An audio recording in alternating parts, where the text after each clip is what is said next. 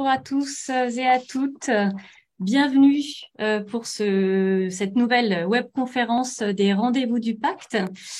Des temps forts qui sont donc proposés par la région Bretagne et organisés par le Greffe Bretagne pour s'informer sur les actualités et les enjeux de la formation de demain.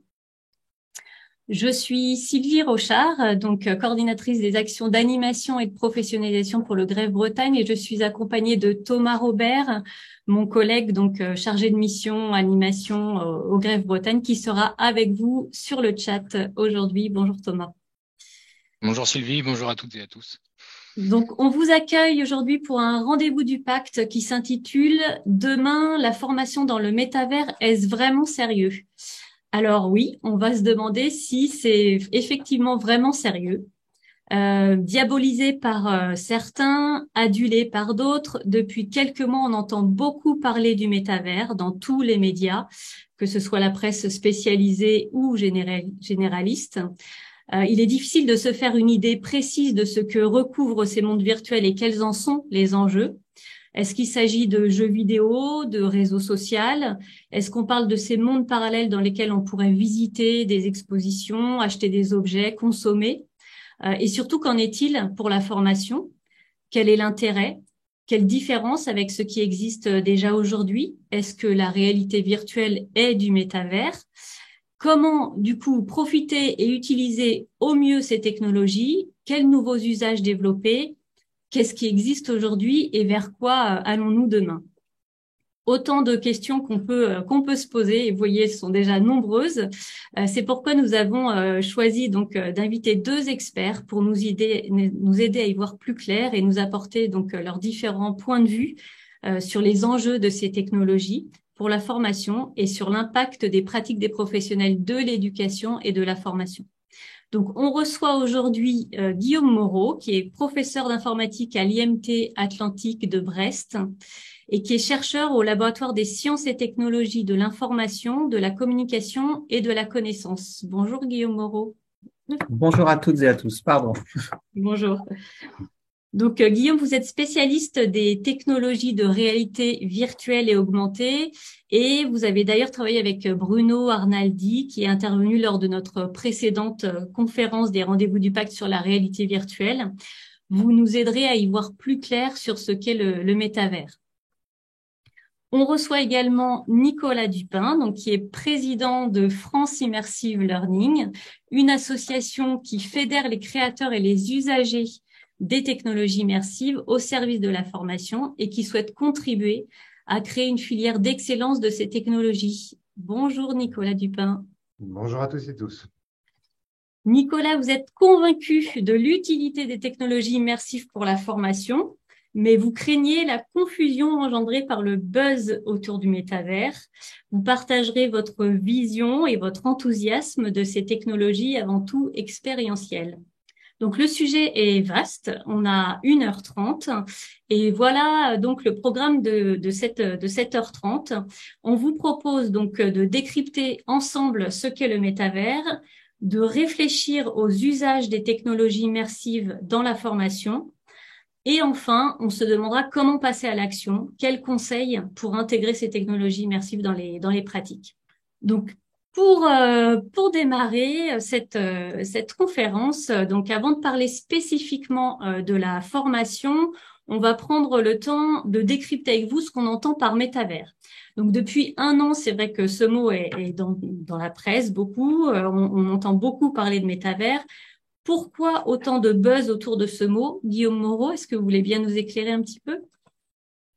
Alors, sans remonter au samouraï virtuel de Stephenson qui a contracté ces deux mots, méta et univers, pour définir ce qu'il appelait un univers finalement parallèle. C'est un méta-univers, c'est le nom qui convient.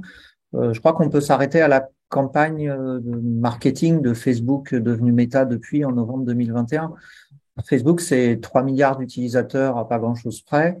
Donc, tout ce que peut dire Mark Zuckerberg résonne forcément assez fort auprès des particuliers, mais aussi des entreprises. Et l'impression que ça donne, et c'est un peu subjectif, c'est que beaucoup d'entreprises se sont lancées sur ce concept de métavers en imaginant simplement que si Meta se lançait, c'est qu'il y aura un marché plus tard, ou qu'il y avait déjà un marché. Un an après, on se rend compte que c'est pas si simple et que le concept reste quelque peu nébuleux et que de nombreux buzzwords lui ont été associés avec plus ou moins de justesse.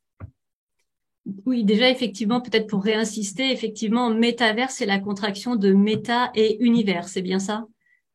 C'est la définition d'origine. Enfin, c'est la création du mot, c'est un mot valise.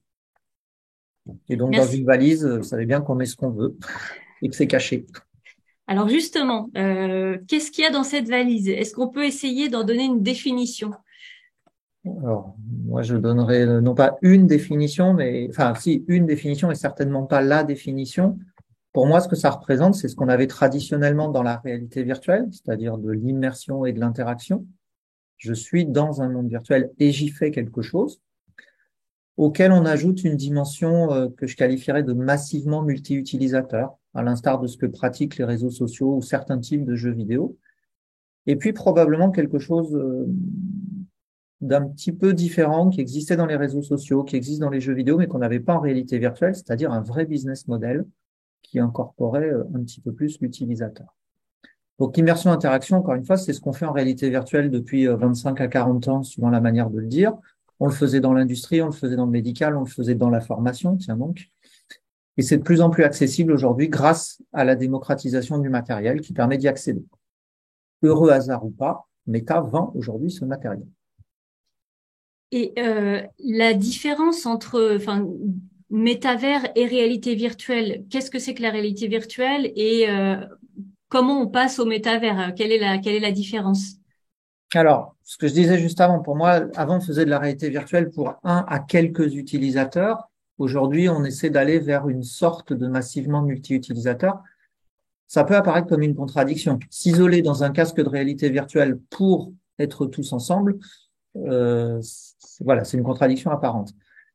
Donc aujourd'hui, on conçoit nos applications de réalité virtuelle pour un petit nombre de personnes. Là, l'ambition, c'est d'être massivement multi-utilisateur. Mais attention, l'interaction, elle se fait toujours dans un nombre relativement petit. Même si on est 50 000 à aller assister à un concert, on va interagir avec qui? Avec les gens sur scène. Alors, interaction un peu limitée, hein, plutôt one way. Et autrement, ça va plutôt être notre entourage géographique, réel ou virtuel, c'est-à-dire les gens autour de nous. Si on fait un autre parallèle, dans les jeux vidéo, on va assembler, on met jamais dans un shoot 'em up ou un jeu à la Fortnite, on met jamais les centaines de millions d'utilisateurs en même temps. On crée des petits groupes par affinité de décalage horaire, de niveau, de tout ce qu'on veut, pour qu'ils jouent entre eux. Mais on met pas tout le monde en même temps. Et pour autant, ça crée une grosse communauté. Donc en Donc tout voilà, cas, c'est un peu ce que font les réseaux sociaux aujourd'hui. en tout cas, la différence pour vous entre réalité virtuelle et métaverse, c'est le fait d'être massivement utilisateur. On vous a mis dans le chat, notamment, hein, je résume peut-être un petit peu, on vous a mis dans le chat une définition de Philippe Cassoula, donc qui est président de l'Observatoire des métavers. Il nous donne la définition suivante. Il parle de trois grandes caractéristiques. La première, c'est que le métavers serait immersif.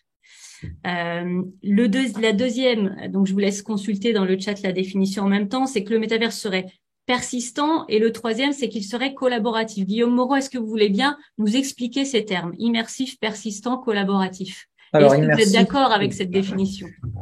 immersif, ça veut clairement dire je suis dedans. Et donc, je me sens dedans. Ce qui incorpore, alors nous, on distingue l'immersion et la présence.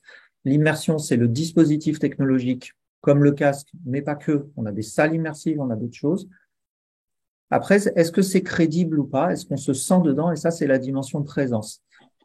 Et évidemment, c'est pas si simple. De même que je peux sortir de ce monde ou de cette conférence simplement parce que je rêve à autre chose. Donc, j'ai pas besoin de technologie pour être présent dans autre chose. Et inversement, la technologie n'oblige pas la présence.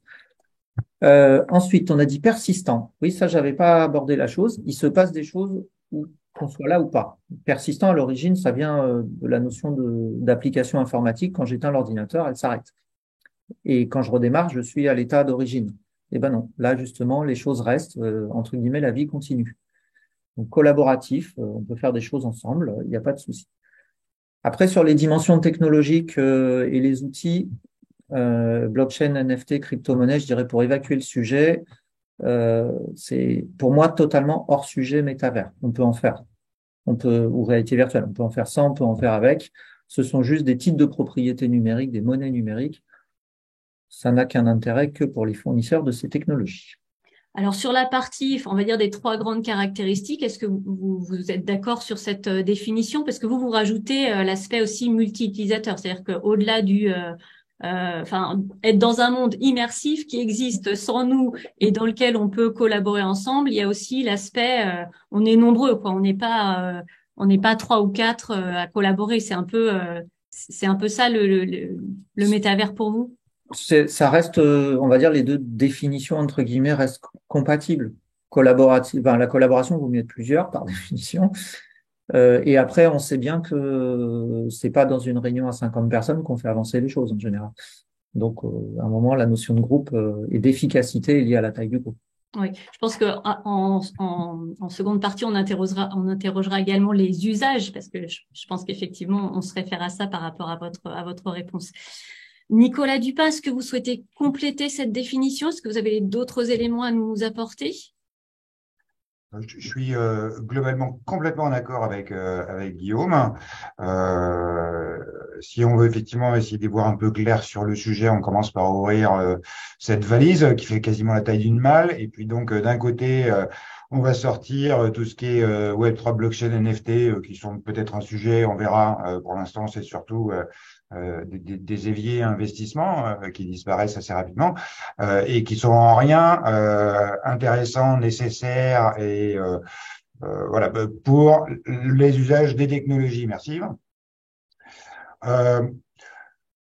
Donner une définition du métaverse, moi j'attends surtout qu'on se débarrasse de ce mot pour que on puisse commencer à travailler sérieusement sur ce qui nous anime, la conviction du renouveau du plaisir d'apprendre et de transmettre par les technologies immersives, parce que là, il y a un vrai sujet avec des vrais dispositifs technologiques, physiques, matériels, matures. Donc, mais en même temps, la définition, quand je lis, mis à part la partie immersive, on va revenir, voilà, quand je lis massivement multijoueur, tous les réseaux sociaux, tous les sites web sont massivement multi-utilisateurs.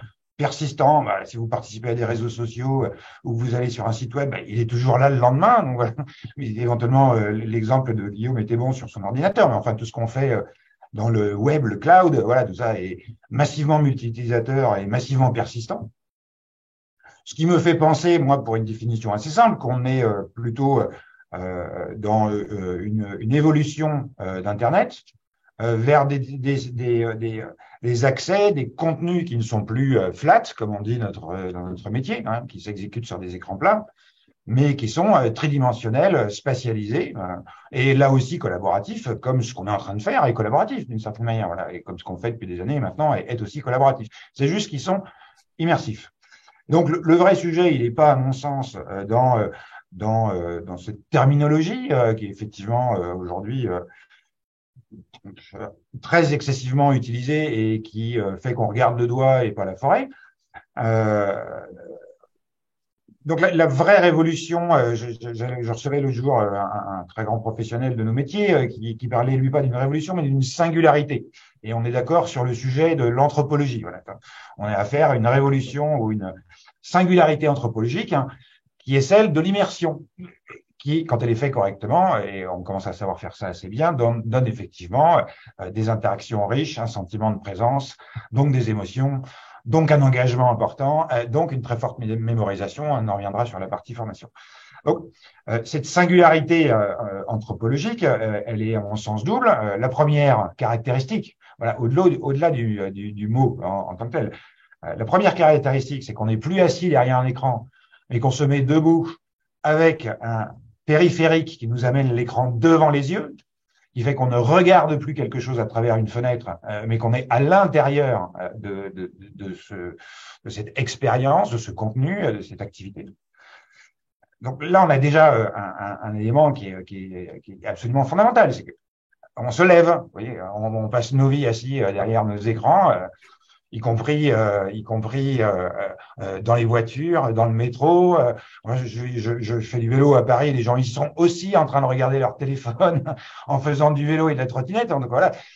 Donc, on se met debout, on met un écran et on se téléporte cognitivement, émotionnellement dans des univers virtuels ou réels.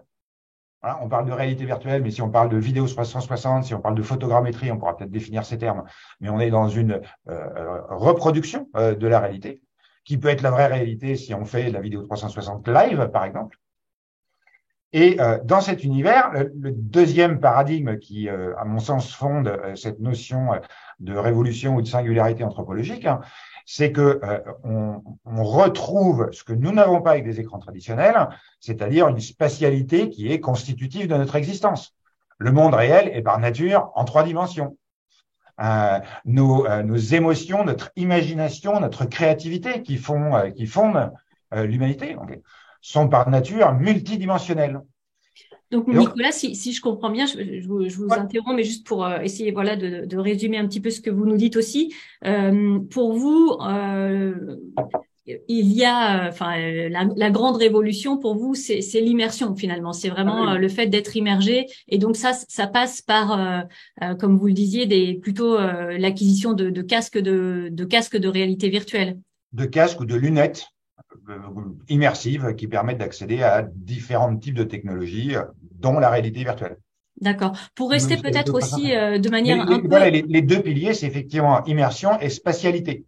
Je me déplace dans un environnement, on y reviendra tout à l'heure, c'est-à-dire que lorsqu'on va attaquer des dispositifs de formation, on n'est plus dans une linéarité qui est contrainte par un support 2D, un écran d'ordinateur, du papier, des tablettes de pierre, si on fait un peu d'histoire, hein, mais on retrouve une spatialité naturelle qui oblige, donc on en reparlera tout à l'heure, à repenser l'ingénierie pédagogique pour tenir compte de cette spatialité dans laquelle je me déplace et des objets tridimensionnels avec lesquels j'interagis.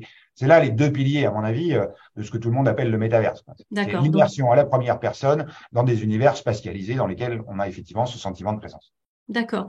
Est-ce que pour aller un petit peu dans le concret, on peut prendre des exemples de métavers? Donc Guillaume Moreau, on a beaucoup entendu parler de Horizon World. Est-ce que vous voulez bien nous décrire? Et puis dans le chat, Thomas va vous mettre le lien vers le site pour ceux qui souhaitent aller voir la vidéo de Horizon World. Là, à l'instant T, Horizon World, je pense qu'on peut dire que c'est un fiasco. Alors, c'est pas une description très technique, je vous l'accorde. Toujours est-il que je regardais ce matin les stats de connexion. Peut-être juste nous redire, Guillaume, est-ce que c'est possible de nous décrire l'environnement, qu'est-ce qu'on y fait, quel était l'objectif pour les personnes qui sauraient pas de quoi on est en train de parler, que ça puisse clarifier un petit peu nos propos. C'est juste un environnement dans lequel entre guillemets, on se balade. On pourrait assimiler ça, alors c'est pas tout à fait le cas, mais c'est pas grave, à une ville virtuelle dans laquelle on vend des lots et des entreprises, des commerces ou même des individus, des associations viendraient. Alors, faire des achats immobiliers, là, on revient un petit peu à l'aspect mercantile, mais c'est pas le sujet, mais s'implanter, proposer leurs services, etc. Sauf qu'aujourd'hui, il n'y a pas grand-chose. Enfin, les services, ça pourrait être des services culturels aussi, hein, aller voir des expos, des choses comme ça. Mais de fait, il n'y a pas une adoption phénoménale, c'est le moins qu'on puisse dire. Donc, pour ça que je me permettais de dire à l'instant T, parce que d'abord, ça peut changer. Donc, finalement, c'est pas un jeu vidéo, mais on pourrait avoir des jeux vidéo dedans. On pourrait très bien avoir des endroits où on peut jouer.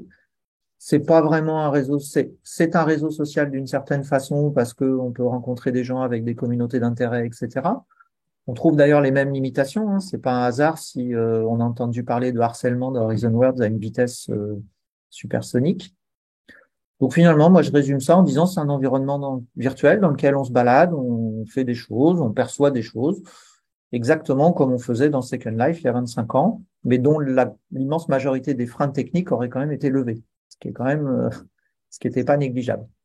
Mais pour revenir à ce que disait Nicolas à l'instant, l'immersion, la spatialité, c'est la grande nouveauté. Je suis complètement d'accord, mais en réalité, ça fait des années et des années que ça existe. La grande nouveauté, c'est l'accès grand public pour tout le monde qui est devenu possible. On parle un casque de réalité virtuelle, on en parlait juste avant le début. Aujourd'hui, ça vaut 400 €.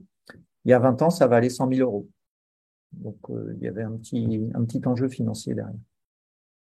Donc pour vous, on peut pas vraiment expliquer, il n'y a pas vraiment d'engouement en tout cas sur cette plateforme Horizon World. Euh, pourquoi est-ce qu'il y a si peu d'engouement? Est-ce que vous avez une explication à ça? C'est toujours l'offre et la demande. Est-ce que la demande crée l'offre ou est-ce que l'offre crée la demande? Et en tout cas, ça peut faire un cercle vicieux ou vertueux, ça dépend comment on le prend, évidemment, qui aujourd'hui ne semble pas fonctionner. Il n'y a pas d'offre, c'est-à-dire que si vous allez sur Horizon Worlds avec votre casque, il n'y a pas grand-chose à voir. Enfin, il n'y a pas grand-chose. Il y a peut-être pas autant que sur des réseaux classiques. Et puis, je pense que les usages n'ont pas encore été, on n'a pas encore trouvé tous les bons usages. Et après, il y a plein de choses qu'on peut faire pour revenir à ce que disait Nicolas également. On fait plein de choses dans d'autres mondes virtuels, d'autres métavers, si on peut dire. Il y a plein de choses à faire. On peut aller à des concerts, on peut aller voir des expos, on peut faire plein de choses formidables. Elles ne sont pas aujourd'hui intégrées dans Horizon World. Est-ce qu'elles le seront? Est-ce que c'est souhaitable? J'en sais rien. Et c'est pas, voilà, c'est pas l'objet du débat à ce stade. Il y a quand même Nicolas, la oui, seule justement, chose. Nicolas, j'allais vous passer la parole justement pour peut-être nous donner un autre exemple. Je crois on avait envie de parler de VR Chat, qui est également un exemple, on va dire, de métavers dans lequel on peut faire des choses. Est-ce que vous pouvez nous expliquer un petit peu en quoi ça consiste? Oui, alors bien sûr. Juste pour compléter quand même ce que disait Guillaume sur World. Je suis assez d'accord, mais enfin, en même temps, moi, j'ai assez peu d'intérêt pour les réseaux sociaux, donc les réseaux sociaux immersifs m'intéressent pas plus que ça non plus. Ceci étant, je possède depuis très longtemps des casques de réalité virtuelle, bien évidemment. Oui, la nouveauté, c'est l'accès public, et en même temps, c'est pas nouveau. Guillaume a raison de le préciser. Je veux dire, le premier casque de réalité virtuelle grand public, il est sorti en 2018, il valait 250 €, c'était un Go. C'était relativement limité par rapport à ce qu'on fait aujourd'hui, mais quand même, c'était déjà extrêmement accessible. Et aujourd'hui, le casque qui est accessible à tout à chacun aux alentours de 400 €, qui est le Quest, il est sorti en 2019, puis en 2020, il y a une mise à jour sur le Quest 2. Et il y a aujourd'hui énormément de choses extrêmement qualitatives à faire à l'intérieur de ce casque, et pas seulement d'aller dans World, voilà, qui n'a pas, enfin, pour moi, qui n'a strictement aucun intérêt.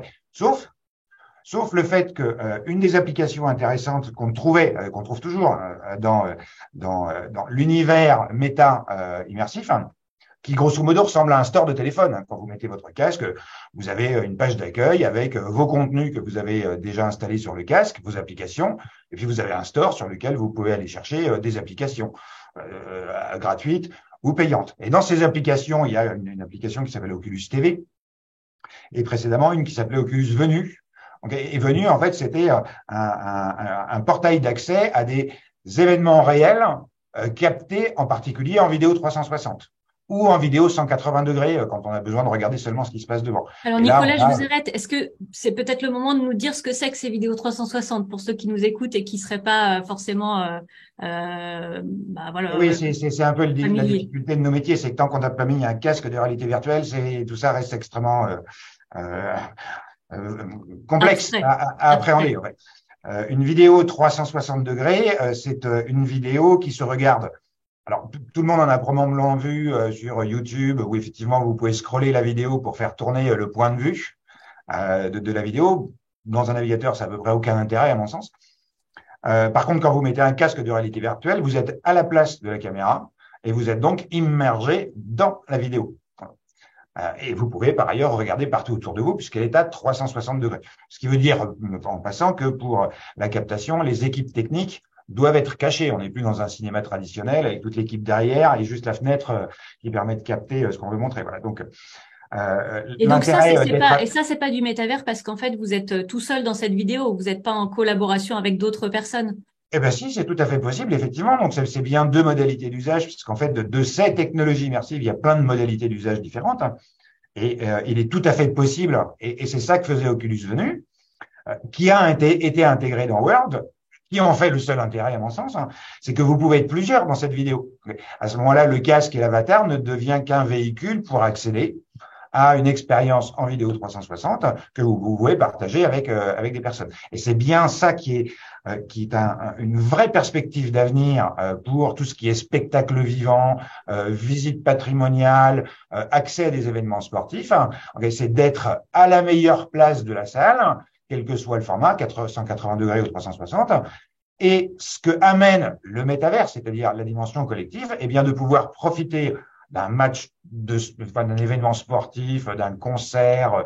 Et il y en a beaucoup, hein, des concerts aujourd'hui et des événements sportifs qui se passent dans Word sur cette dimension-là, et de le faire avec des gens. Alors, soit des gens que vous connaissez pas parce que vous y arrivez comme vous rentrez dans un immeuble public où vous connaissez pas les gens, soit avec vos amis et vous vous donnez rendez-vous dans un espace que vous allez faire privé et vous allez pouvoir, en étant chacun à un bout de la France, à l'autre bout du monde, partager, si vous vous intéressez à la Coupe du Monde de football, partager un match de football en n'étant pas derrière son écran, mais en étant avec ses amis dans une 360 qui vous donne la meilleure place de la salle. Donc, Merci d'ailleurs à Elsa Word, de nous avoir partagé son expérience d'avoir vécu a priori un spectacle dans un des métavers. Peut-être voilà, il faut répondre à la question tout à l'heure. Voilà, Nicolas, VRChat, voilà. on est sur quelque chose qui existe là aussi depuis très longtemps et qui est je sais pas si on peut appeler ça un réseau social. En tous les cas, c'est un espace virtuel qui donne beaucoup plus de créativité aux personnes qui l'utilisent, de créer leur propre forme d'avatar, de créer des espaces et de se donner des rendez-vous publics ou privés dans des univers virtuels pour y faire de la méditation, de l'apprentissage des langues des signes, des soirées, des expositions de photographies ou d'œuvres réelles ou virtuelles, et mille choses que je ne connais pas parce que je passe pas moi nécessairement beaucoup de temps de ce réseau. Par contre, ce qui est sûr, c'est que c'est une communauté qui est extrêmement importante, hein, c'est plusieurs millions d'utilisateurs. Alors, ils sont pas tous le même jour tout le temps dedans, mais voilà, il y a beaucoup de gens qui ont une utilisation très régulière de cette plateforme. Il y a une très belle communauté française qui s'appelle le French Corner, où ils organisent beaucoup d'activités. C'est plein de gens de talent qui font des choses assez incroyables qu'on peut pas percevoir tant qu'on les a pas rejoints ou qu'on ne s'intéresse pas au moins sur ce qu'ils publient sur les réseaux sociaux. Je vous encourage à regarder ce que fait un des leaders de cette communauté qui s'appelle Ernest Ribeiro, dit Lenny, avec un L underscore de ZY. Voilà, lui il publie régulièrement et sur TikTok et sur LinkedIn ce qu'il fait à l'intérieur, et c'est très spectaculaire et souvent extrêmement intéressant. Et puis beaucoup de ces utilisateurs, en particulier ceux que moi je connais, donc plutôt des francophones, pour VRChat, d'aucuns disent que cette activité de connexion sociale, hein, et là on en revient à la notion de présence, voilà, et d'émotion que permettent cette technologie. Beaucoup disent que sur les périodes de confinement dont on est heureusement sorti, ça leur a sauvé la vie. Voilà, ils étaient plus isolés, seuls chez eux. Ils avaient la possibilité, avec ce médium, de rejoindre leurs amis et de faire des choses sans les contraintes de la réalité. Donc voilà, au-delà du buzzword, du métatruc, ces technologies ont une vraie valeur, apportent des expériences et des capacités que nous n'avons pas dans la réalité, et c'est ça le vrai sujet, en particulier sur l'éducation, la formation, la culture et le patrimoine.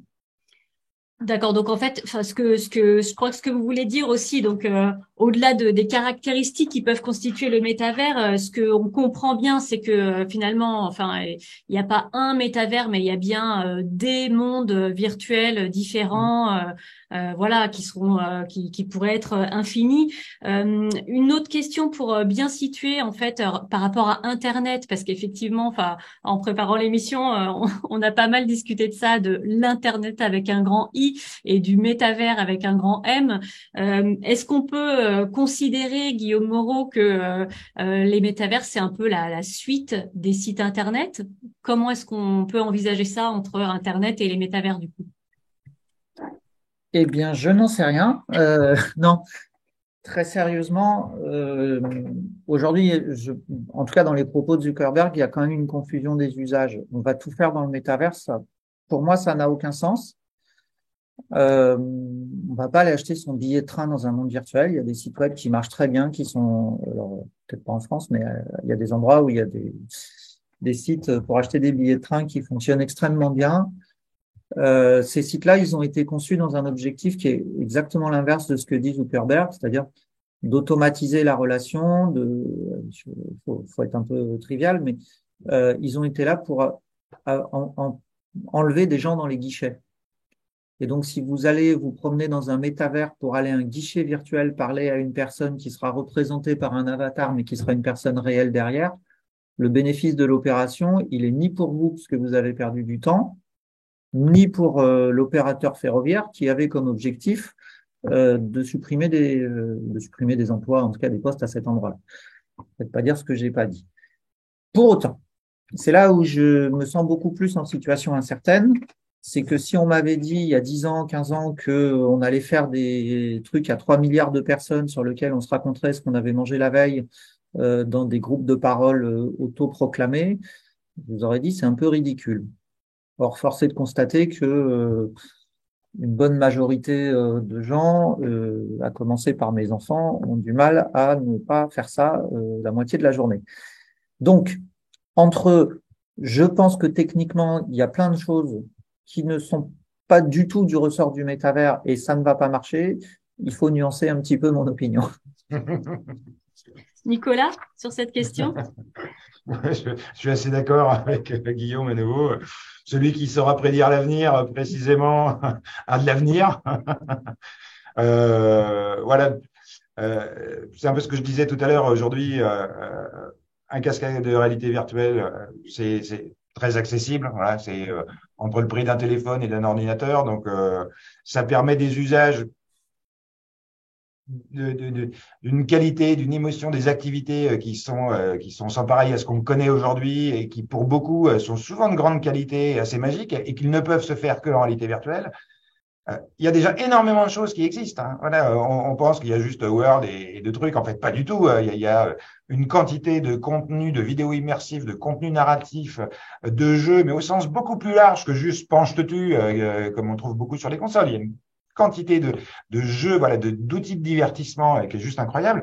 Donc, plutôt que de disserter sur le méta-machin, faites de la réalité virtuelle. Découvrez la magie de ces technologies. Commencez à les appréhender et ensuite à voir comment vous allez, avec cette agilité qui ne peut venir que par l'usage, comme sur n'importe quel outil réel ou virtuel, voilà. Commencez à voir comment vous allez pouvoir apporter de la valeur, de l'intérêt, de l'engagement dans ce qui, in fine, de cette conversation nous intéressera, c'est nos métiers d'enseignants et de passeurs de savoir. C'est pour ça que voilà, vous voyez, le truc du métavers, ça commence à devenir de moins en moins bankable et c'est une bonne nouvelle parce qu'on va pouvoir en revenir au vrai sujet, c'est le plaisir d'apprendre et de transmettre. Et là, on a des nouveaux outils qui sont puissants. Voilà. Et le métatruc, truc, quoi. Oublions-le. Alors, j'ai deux questions dans le chat. Enfin, j'ai même trois questions dans le chat. Alors, je vais prendre la première, enfin la dernière par ordre d'arrivée, donc de Thierry qui demande quel type de casque recommanderiez-vous? Alors, sur ces questions très très techniques, je crois que Nicolas va pouvoir nous mettre dans le chat une page de France Immersive Learning qui permet effectivement d'avoir de s'outiller et puis de savoir effectivement quel casque acquérir en cas de besoin. Nicolas, si tu veux bien nous mettre dans le chat. J'ai également une autre question de Fabienne, non alors attendez, de Amélie qui demandait en fait par exemple par rapport à l'exemple de l'achat du billet de train, est-ce que finalement tout ça n'est pas un moyen de s'affranchir de l'écrit? Donc c'était, je pense, plus une question à Guillaume Moreau. Effectivement, on est de plus en plus dans la diffusion vidéo, de moins en moins dans l'écrit. Est-ce que vous avez une réponse par rapport à ça, Guillaume? Alors, moi, je suis férocement hostile à la disparition de l'écrit. Le livre reste le premier univers immersif, alors moyennement interactif, je vous l'accorde, mais si c'est quand même le plus beau moyen de s'évader, c'est quand même le livre. Pour autant, en fait, ce que je retiens là, dans cette question, c'est est-ce que le métavers ou la réalité virtuelle au sens large permet de faire des choses qu'on ne pourrait pas faire autrement? Parce que on a des difficultés, un handicap physique ou autre, des difficultés cognitives, par exemple l'illettrisme ou l'électronisme pourraient être des exemples. Et là, je pense qu'il y a des choses à creuser. Et ça rejoint d'ailleurs la question qui est posée juste après, avant, ça dépend dans quelle ordre on prend le chat, sur la transition écologique. Demain, après-demain, je sais pas, il sera probablement plus possible d'aller visiter des pyramides en Égypte pour des raisons écologiques, économiques, et peut-être même de tourisme de masse. Donc, faire des choses qui seront plus possibles, de même qu'il n'est pas possible d'aller assister à un concert à 3 millions. Je veux dire, un stade, quand on a mis 50 000 personnes dans un stade pour un concert, on n'est pas loin d'être aux capacités maximum où on peut décemment voir et entendre quelque chose. Donc moi, c'est ce à quoi je crois. Si on sort de l'exemple de la formation et des applications industrielles aujourd'hui, c'est redonner, alors c'est pratiquer, par exemple, la substitution sensorielle. On va venir stimuler un autre sens chez des gens qui ont perdu ou qui n'ont jamais réussi à voir. On va aider des patients qui ont des déficiences cognitives à sortir de chez eux. On va, par exemple, ça pourrait être un exemple. Est-ce qu'on peut s'affranchir de l'écrit dans notre quotidien? Donc voilà. Sur la question effectivement des métavers et du lien avec la sobriété énergétique écologique, je vous recommande une émission que j'ai regardée ces jours-ci sur Arte justement qui s'appelle Frankenstream. Donc je vais demander à Thomas de mettre le lien dans le chat pour les plus curieux. Nicolas, vous avez peut-être des éléments à apporter par rapport à cette question de l'écologie, voilà, est-ce qu'il faut est-ce qu'il faut cibler nos usages sur certains pans, justement, essayer d'arrêter de consommer de la vidéo comme ça à tout va, mais plutôt justement avoir un regard un peu plus citoyen et cibler les usages qui sont vraiment pertinents, notamment pour la formation. Il y a plusieurs questions dans la question.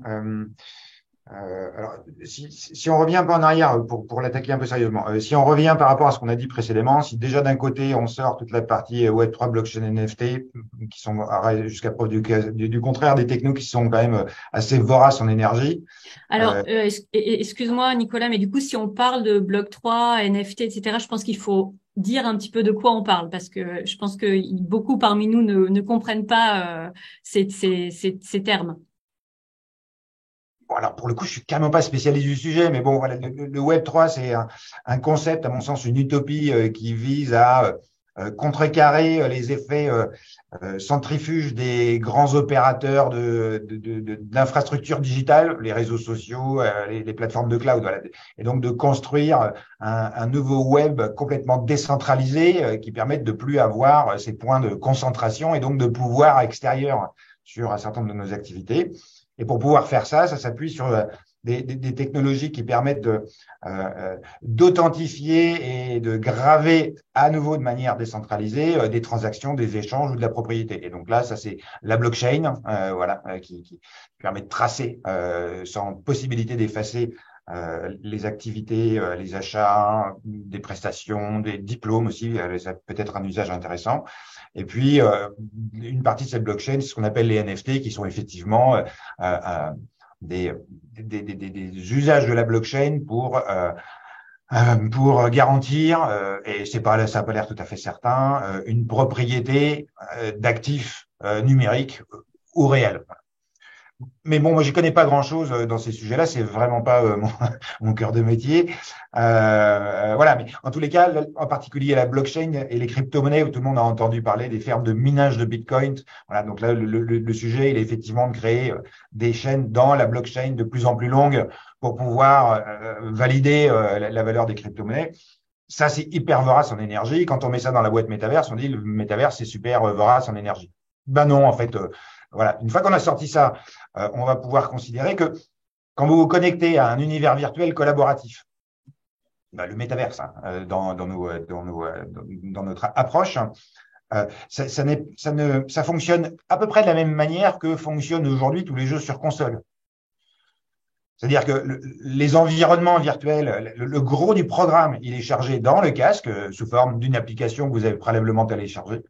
Et ensuite, vous allez vous connecter sur ce programme qui, lui, va se connecter sur les serveurs pour pouvoir avoir une expérience collective. Et cette expérience collective, elle se manifeste en termes de transfert de données par des coordonnées de positionnement, d'interaction. Donc là, on est sur des flux de données qui sont en quelques octets et de la voix IP. Comme aujourd'hui, là, on utilise de la voix IP.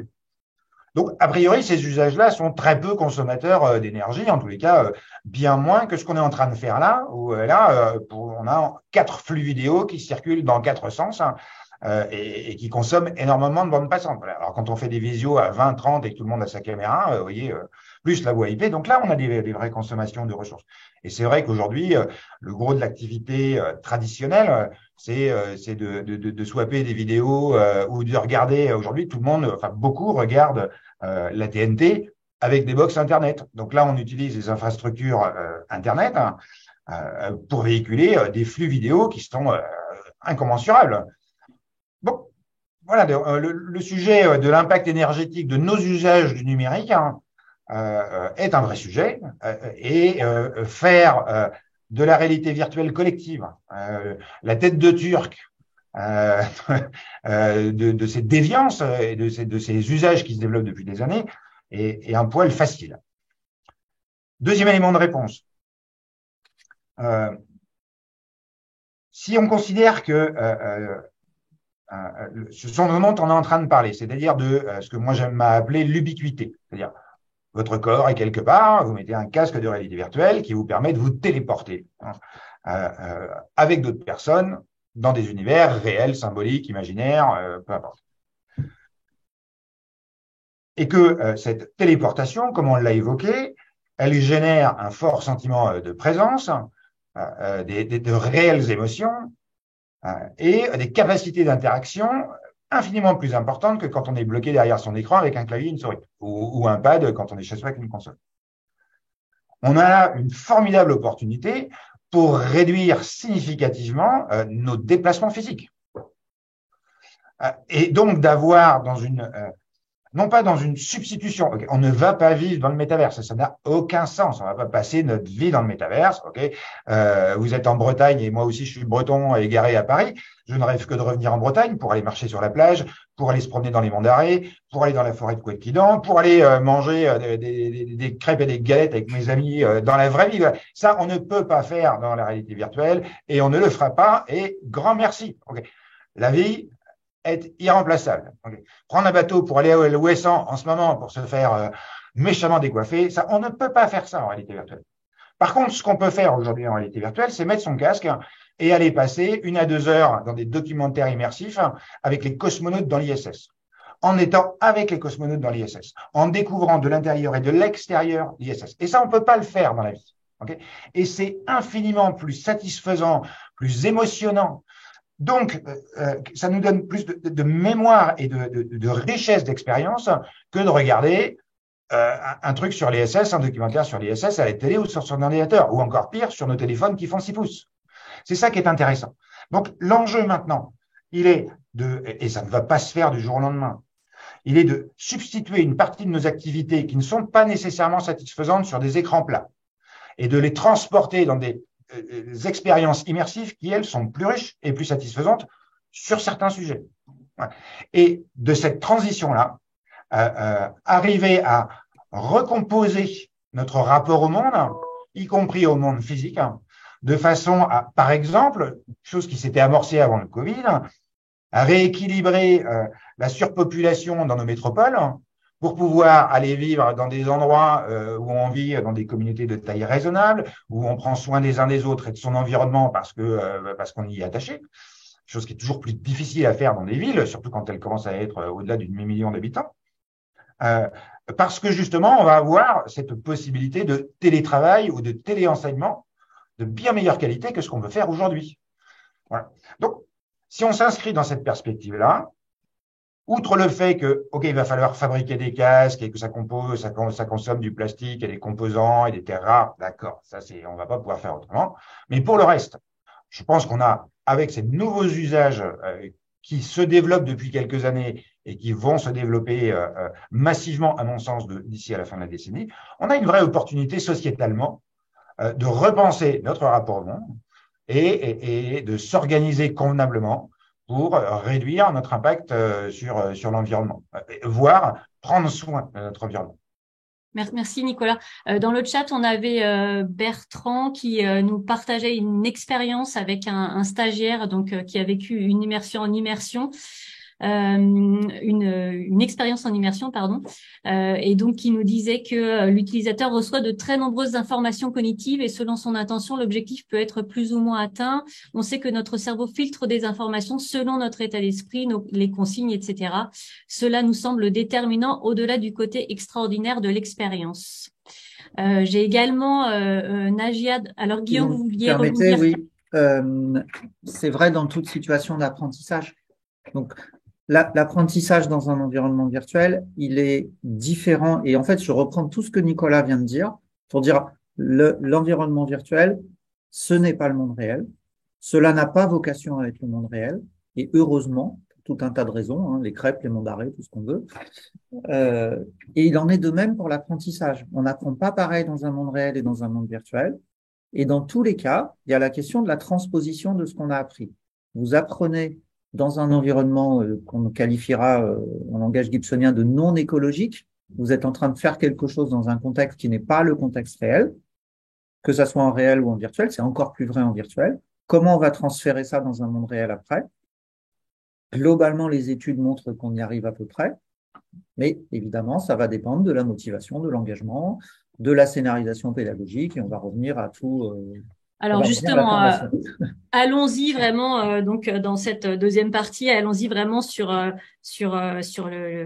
ces technologies au service de la formation et donc les usages qu'on peut en avoir. Donc effectivement, Guillaume Moreau, on voit bien que sur ces nouvelles technologies avec des avatars, avec des environnements immersifs qui sont hyper attractifs, ça ouvre le champ des possibles et ça appelle du coup effectivement au renouveau des méthodes pédagogiques. Est-ce que en cela on peut dire que vraiment ces technologies immersives sont très innovantes? Alors, elles peuvent l'être. Ça dépend de la manière dont on va s'en servir. C'est clair que si c'est pour prendre, je vais prendre quelque chose qu'on a beaucoup trop fait ces 2 dernières années. Si c'est faire un zoom avec un enseignant devant son ordinateur et tous les autres et 290 étudiants derrière une caméra, ça n'a aucun intérêt.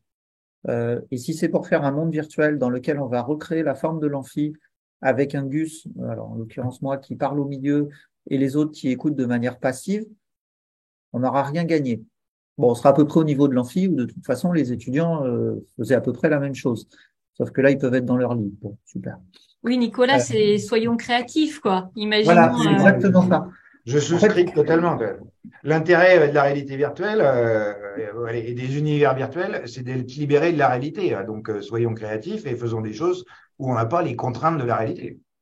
Sinon, je suis assez d'accord, ça n'a pas de sens, sauf si l'objectif est de reproduire la réalité parce que pédagogiquement ou dans l'objectif de l'expérience, ça a un intérêt. Voilà, si vous voulez visiter, je sais pas, un château ou un musée et de vouloir le visiter tel qu'il est, on va le faire tel qu'il est. Mais rien n'oblige sur un musée, s'il veut présenter ses collections et pas son lieu, voilà, s'il veut présenter les collections, de complètement exploser les murs et de faire quelque chose qui soit complètement différemment. Donc, soyons créatifs. Alors, dans le chat, il y avait une question aussi qui était posée là sur les aspects, on va dire, un peu pratico-pratiques. Est-ce que c'est possible d'avoir dans une même pièce des stagiaires de formation qui chaussent, on va dire, des lunettes de réalité virtuelle et qui sont ensemble dans un monde virtuel? Et est-ce que ça a un intérêt? bien sûr. Alors, il y a déjà des expériences. Initialement, on a utilisé la réalité virtuelle pour former aux gestes techniques et en particulier aux gestes techniques complexes. On peut parler de la chirurgie, on peut parler des simulateurs de vol, etc. Ce sont des environnements essentiellement mono ou bi-utilisateurs. Il y en a aussi Juste, je vous laisse continuer, mais Thomas, est-ce que tu veux bien nous mettre dans le chat l'exemple de l'hôpital virtuel qui a été développé par Simango justement sur les gestes techniques? Et puis Guillaume, je vous laisse la parole, excusez-moi. Voilà, mais justement pour continuer sur cet exemple du milieu hospitalier, aujourd'hui, il y a des applications de réalité virtuelle, et je ne sais pas si Bruno Arnaldi vous en a parlé la dernière fois, pour former à la partie non technique, c'est-à-dire l'organisation d'un plateau chirurgical. C'est un orchestre, un bloc opératoire. C'est pas juste un gars hyper doué qui a fait 15 ans d'études qui fait une opération. Il y a beaucoup, beaucoup plus que ça. Et justement, ça, on peut faire. Mais de façon générale, ce qui est important, c'est que former en réalité virtuelle, c'est faire quelque chose aux gens. C'est se poser dans une situation d'apprentissage où on est acteur et pas simplement spectateur d'un cours magistral avec plus ou moins de talent du oratoire de celui qui intervient.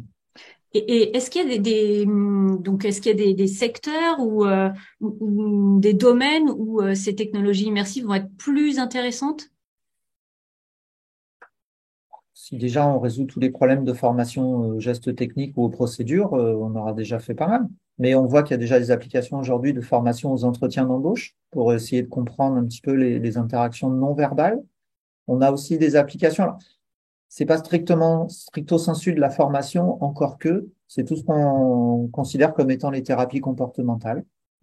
Donc finalement, euh, voilà, pour traiter la peur de l'avion, la peur des araignées, alors l'agoraphobie, c'est peut-être un petit peu moins. On apprend à vivre avec sa phobie. Donc, est-ce que c'est de la formation, est-ce que c'est de la thérapie? Là, on marche un peu sur des œufs. Nicolas, de votre Ouais, point je de pense vue, est-ce que qu'il y a est-ce qu'il y a des domaines où ça va être plus intéressant d'utiliser les technologies immersives? j'aurais tendance à poser les questions exactement dans l'autre sens. C'est quels sont les rares domaines où la réalité virtuelle, les technologies immersives n'ont très probablement aucun intérêt, quoi. Bon, alors, tout ce qui est apprentissage des outils informatiques au sens large, vous voyez, apprendre à utiliser la suite Office en réalité virtuelle, je fais un très gros effort mais là je vois pas. Oui. Là je vois pas. Voilà. Donc il y a quelques sujets comme ça où probablement il y a aucune possibilité. Mais en L'anglais? même temps, il y a des fois il y a des surprises. L'anglais ou les langues ou... Ah, formidable, formidable. Et oui, alors l'anglais, les langues et d'une manière générale, au-delà des langues, toutes les compétences relationnelles, comportementales. Là, les simulations, ce qu'on appelle les jeux de rôle, quand on fait voilà, de l'entraînement commercial ou relationnel, là, le gain, il est énorme. Il est énorme avec deux paramètres. Le premier, c'est que vous pouvez contextualiser l'environnement dans lequel vous allez faire ce jeu de rôle et puis être dans une salle anonyme de classe ou de réunion, hein. Et le deuxième élément dont on n'a pas parlé et qu'on va aborder certainement, c'est que ce n'est plus vous qui êtes en situation. C'est pas vous avec votre esprit dans votre corps. Il y a des gens qui sont enfermés dans leur corps. Il y a des gens qui sentent bien. Il y a des gens qui sont enfermés dans leur corps. Et dans tous ces jeux de rôle, beaucoup ne souhaitent pas subir le regard des autres parce que vous voyez bien. Hein. Bon, alors, ce que c'est pas vous, parce que vous êtes dans un casque de réalité virtuelle et que c'est votre représentation sous forme d'un avatar, dont vous pouvez d'ailleurs choisir les caractéristiques. À ce moment-là, c'est l'effet bien connu qu'on appelle l'effet Proteus, c'est-à-dire que il y a une distanciation qui se produit par rapport à soi, qui fait que on est bien plus libre pour exprimer ses talents ou pour développer ses habilités.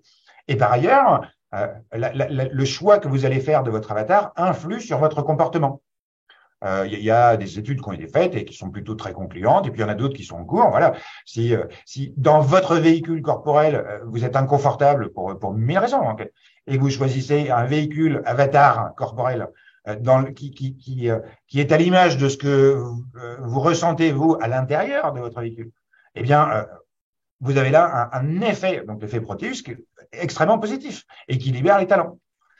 Ça c'est le premier élément.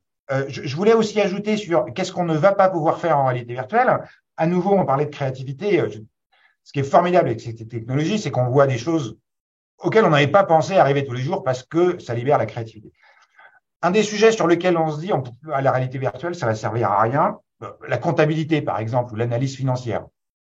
Voilà, spontanément la compta, je vois pas. Mais si en fait. Parce que dans France Immersive Learning, par exemple, on a un grand cabinet d'expertise comptable qui s'appelle PwC. Et on a dans les tuyaux de monter un prototype pour aller voir effectivement comment ça marche, de utiliser cette capacité à rendre tangibles tous les concepts et à tridimensionnaliser des données, c'est-à-dire à les rendre tangibles et réellement en 3D. D'aller voir comment ces capacités permettraient de donner à voir les audits et les expertises comptables qui sont réalisées, qui font en général un gros pavé de 50 à 100 pages que personne ne veut lire, hein, okay, alors que ce qui est raconté dedans est l'histoire de l'entreprise ou l'histoire de l'association, si c'est une association. Et bien là, on a sur ce qu'on va appeler plus largement la data visualisation, y compris de données comptables, un champ des possibles qui est vraiment intéressant. Vraiment intéressant. Donc, même sur des sujets qu'a priori, on dirait, ben non, il y a aujourd'hui des choses qui sont en train de se mettre en place et qu'il faut aller expérimenter pour voir si ça marche et voir ce qui marche et ce qui marche pas. Je voudrais répondre à les questions d'Elsa précisément parce qu'elle est effectivement extrêmement intéressante. Et elle est plutôt bien posée. Faut juste enlever l'univers métaverse, là. Le mot métaverse, Est-ce faut que le tu veux bien jeter. nous Ça redire la sert à rien question du pour tout. tout le monde parce qu'en fait, il y a Alors, plusieurs si questions. j'ai bien compris, on peut imaginer un groupe de formation dans la même pièce qui travaille ensemble et Oui, interagit dans un même univers. Et là, oui, elle a rajouté métaverse. Donc là, le mot métaverse, faut le prendre et le jeter. Parce qu'il ne sert à rien sauf à compliquer la perception. Par contre, j'ai plutôt justement sur cette technologie qu'on va appeler des expéditions immersives, comme le fait Emissive, qui aujourd'hui travaille dans le domaine de la culture. C'est lui qui a fait Éternel Notre-Dame et qui a fait Khéops, qui sont deux expériences collectives dans la même pièce, et qu'en langage barbare, on appelle du free roaming colocalisé. Donc là, on est plutôt dans l'anti-métaverse, en fait.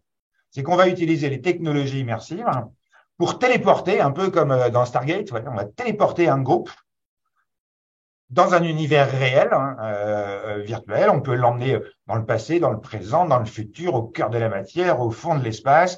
On peut amener dans cette pièce un moteur, un objet, un véhicule, enfin, à peu près tout ce qu'on veut, voilà. Et d'avoir un groupe qui est ensemble physiquement, avec la même proximité physique, sauf qu'il a effectivement ces lunettes qui permettent de transmuter le monde réel et d'amener une situation de formation pédagogique, un objet patrimonial, voilà, dans une pièce qui est vide. Et c'est pas on peut imaginer, c'est que ça existe déjà depuis longtemps. Donc cette technologie de free roaming colocalisé, beaucoup en ont entendu parler parce qu'on appelle ça aussi du LBE, du Location Based Entertainment, c'est-à-dire des activités qui sont localisées dans un lieu, activités collectives. Jusqu'à présent, c'était complexe parce qu'il fallait emporter un PC VR, c'est-à-dire un PC qui a une grosse carte graphique, dans un sac à dos avec des batteries. Alors ça, c'était très consommateur, inconfortable, lourd, ça chauffe et tout ça. Et que là, depuis une petite année, on vient de se débarrasser de tout cet attirail grâce aux nouvelles générations de Wi-Fi qui s'appellent le Wi-Fi 6 et qui permettent d'avoir dans un coin de la pièce un serveur avec l'expérience et de pouvoir streamer dans des casques qui pèsent 400 grammes aujourd'hui, sans fil, sans rien du tout, de streamer l'expérience et d'emmener collectivement les gens là où on souhaite les emmener. Et là, quand on commence à réfléchir avec cette anti-métaverse, puisque le métaverse, c'est je suis seul chez moi, je mets un casque et je me téléporte, et là, c'est je mets un casque et je suis avec tout le monde dans la même pièce. Donc, on est sur de l'anti-métaverse. C'est super intéressant. Parce que dans tous les collèges, dans tous les lycées, dans beaucoup de CFA, d'organismes de formation et dans des universités, les espaces vides dans lesquels il n'y a pas de meubles, il y en a plein. Les gymnases, par exemple, ou toute autre salle. Et donc là, et à nouveau, on n'est pas sur des budgets complètement délirants, parce que tout ça va extrêmement vite, hein. On a la possibilité de créer n'importe quelle situation collective, hein, okay, où, où on est affranchi de la réalité, hein, au profit d'une expérience collective, hein, qui va laisser de profondes traces dans la mémoire, parce que c'est un peu extraordinaire de pouvoir faire ça. Donc la réponse à Elsa est oui. d'accord. Il faut enlever métaverse. Ça, c'est Je voulais métaverse, aussi c'est un rayon revenir qui pour va ceux faire quoi. qui nous écoutent et qui n'ont pas forcément une connaissance aussi large de l'exploitation en fait des technologies immersives dans les différents domaines. Je crois que c'est important aussi de redire que ça peut être vraiment très utile pour des domaines tels que l'industrie ou tels que voilà le commerce, la restauration. Est-ce que vous avez des exemples à nous partager sur des voilà sur ce type de d'activité? Nicolas ou Guillaume? Guillaume, allez-y. Allez, bon, moi, ça fait 25 ans que je ne fais que ça. Donc, on a, je sais pas, moi, je pourrais vous dire que PSA utilise, par exemple, la réalité virtuelle pour tester l'ergonomie de ses voitures avant de les mettre sur le marché. Alors, l'idée, c'était de réduire le temps de conception d'une voiture, ce qu'ils appelaient l'objectif 104 à l'époque. Donc, au moment où alors pas 104 la voiture pour les personnes un peu âgées, comme moi, mais 104 semaines entre le moment où je pense mettre un nouveau véhicule sur le marché et le moment où le premier véhicule de série sort d'usine. Donc, on réduit les maquettes physiques pour tester l'ergonomie, on va plus vite. On a aussi aidé un industriel français qui fait des bateaux assez gris à concevoir, à maintenir et à, comment dire, et à fabriquer ces bateaux. Tous les jours, les pilotes de ligne s'entraînent sur des simulateurs qui s'assimilent finalement de près ou de loin de la réalité virtuelle. Les dentistes sont formés avec des applications de réalité virtuelle. Dans la fabrication des stations de la deuxième ligne de métro de Rennes, qui a ouvert avec le retard que l'on sait, Il n'y a pas si longtemps, il y a eu des projets dans lesquels on venait montrer, projeter, alors en réalité augmentée cette fois, aux opérateurs, là où ils devaient percer des trous, là où ils devaient faire passer des canalisations. Des exemples, il y en a des dizaines. On a aussi travaillé avec une entreprise qui s'appelle toujours Indivo, qui est basée à Rennes notamment, à faire un supermarché virtuel pour tester le packaging de ses produits. Mais vous voyez que je reviens sur la question du transfert. Indivo savait faire la différence entre un supermarché factice caché dans une lointaine banlieue et un supermarché réel en termes d'attractivité. Il y a des biais, c'est pas la même chose. Mais une fois qu'on connaît les biais, on sait travailler à partir de ça. On a fait la même chose entre le supermarché virtuel et le supermarché réel. Il y a des biais, ce n'est pas la même chose et je pense que Nicolas et moi, on se tue à le répéter. Ce n'est pas le réel, ça ne doit pas être le réel, mais une fois qu'on sait mesurer les biais, ça marche parfaitement bien. Voilà. Nicolas, vous avez un exemple également? En fait, oui. À nouveau, j'ai plutôt tendance à répondre à cette question. Dites-moi, c'est quoi votre métier? Je vais vous dire tout ce qu'on va pouvoir faire, en fait. Et d'une certaine manière, tout a été déjà fait dans à peu près tous les domaines. Pas tout, mais tellement a déjà été fait. Donc, en fait, cette question, elle est compliquée. Et puis, si on l'avait préparé et qu'on commence à faire des listes de tout ce que Guillaume, moi, toutes les entreprises qui font des choses et qui sont au sein de France Immersive Learning, tout ce qui a été fait, on se retrouverait avec une liste qui n'aurait plus aucun sens.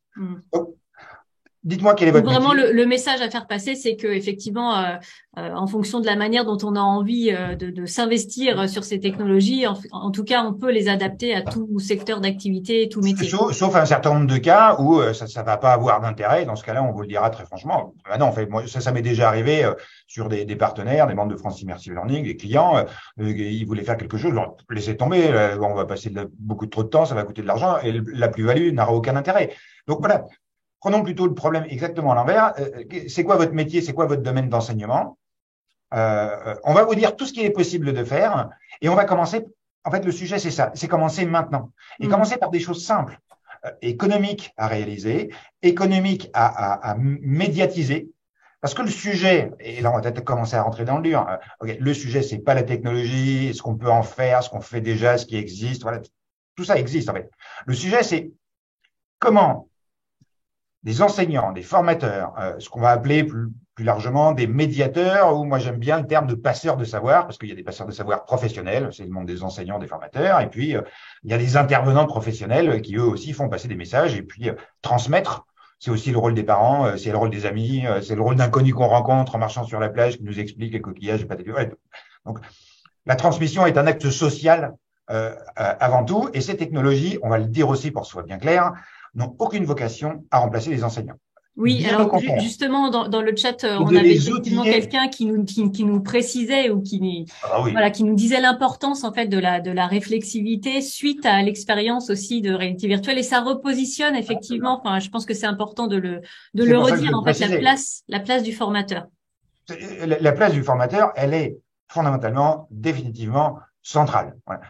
Transmettre, c'est un acte profondément social. Et en fait, on apprend bien quand on a affaire à un enseignant qui vous donne du plaisir et qui vous passionne. Et là, plus aucune matière n'est inaccessible. C'est ça la pédagogie. C'est l'art de transmettre et de donner à désirer une maîtrise d'un sujet. Et ça, ce n'est pas remplaçable par, à mon sens, et ça ne doit pas être remplacé par de la technologie. Et à nouveau, si on raisonne comme ça, le e-learning, où on est tout seul derrière son ordinateur. Vous voyez, moi, on est bien là dans des dispositifs qui sont aux antipodes de cet acte social. Alors que les technologies immersives, elles viennent donner des outils et des capacités dont on ne pouvait pas imaginer l'existence aux enseignants pour qu'ils fassent mieux leur métier. Donc, ça, c'est extrêmement important à intégrer. Et donc, dans le propos que je disais, le vrai sujet, fondamentalement le vrai sujet, comme pour n'importe quelle technologie et n'importe quel outil, c'est la maîtrise et l'agilité par celui qui va l'utiliser. Donc, le vrai sujet, c'est la formation, l'acculturation, la formation et l'accompagnement des passeurs de savoir à découvrir, s'approprier ces technologies, devenir agile avec les équipements, avec les univers virtuels, pour imaginer dans leur activité où il va y avoir 9 cas sur 10 quelque chose de vraiment intéressant à faire, imaginer une activité de type pédagogique qui va permettre de renouveler sa pratique professionnelle. Donc, le vrai sujet, c'est commencer maintenant par des choses simples, pas trop chères, mais vraiment efficaces, où tout le monde va dire « Ouais, c'est super, est-ce qu'on pourrait pas faire ça ?» Voilà. Et petit à petit, cheminer vers ces nouvelles façons d'enseigner. Oui, et du coup, je rebondis sur ce que nous dit Fabienne dans le chat. Et donc, voilà, il faut avoir vraiment des propos très concrets pour les personnes qui nous écoutent. Voilà, elle demande si effectivement les formations qui utilisent les technologies immersives, il s'agit de créer une application qui sera utilisée par des lunettes ou un casque de réalité virtuelle. Est-ce que vous pouvez nous... Pas utilisé par, mais qui sera accessible avec. Ouais. Voilà. Ou pas d'ailleurs. Mais c'est pas, ça doit pas être une fin en soi. C'est un moyen. Ça n'empêche pas de développer son modèle pédagogique, d'avoir des objectifs pédagogiques clairs et partagés, de scénariser sa formation. Et alors là, le cas particulier, je pense que la spécificité, c'est de rendre la personne conforme ou les personnes conformes actives. Toujours le même exemple. Il n'y a aucun intérêt à mettre un casque de réalité virtuelle pour écouter un avatar de formateur dans un avatar d'amphi. Il manquerait en plus une bonne partie de la communication non verbale. C'est ça qui fait qu'un amphi devient intéressant ou pas, entre guillemets. Voilà. Mais quel est le grain pédagogique qu'on souhaite et quel est le degré d'activité du formé? Et ensuite, une fois qu'on a décidé ça, on y va, on fait son appli. Si on peut séparer, entre guillemets, le code et les données, je reprends l'exemple que donne Fabienne, là, les jeux de rôle en langue, on aimerait bien avoir une appli et ensuite on va rentrer des données qui vont être tel jeu de rôle, tel rôle dans telle langue et ainsi de suite, et qu'on n'ait pas à redévelopper l'ensemble de l'appli. Alors, je sais que pour certaines entreprises, je suis en train de leur casser leur business model, mais je parle pas pour toi, Nicolas. Mais, si on pouvait aussi réutiliser un peu plus les applis, développer de manière un petit peu plus industrielle, si j'ose dire, et un peu moins sur étagère, là, on a aussi des choses à gagner. Oui, parce que alors concrètement, Nicolas, est-ce que vous pouvez nous parler de ça? Puisqu'effectivement, est-ce qu'il y a des choses qui existent, qui sont en commun, qui sont disponibles pour les formateurs? Est-ce que quand on veut passer à l'action, on doit acheter ou avoir un prestataire qui nous fait justement des vidéos 360 ou qui nous donne des contenus déjà créés? Comment ça se passe concrètement?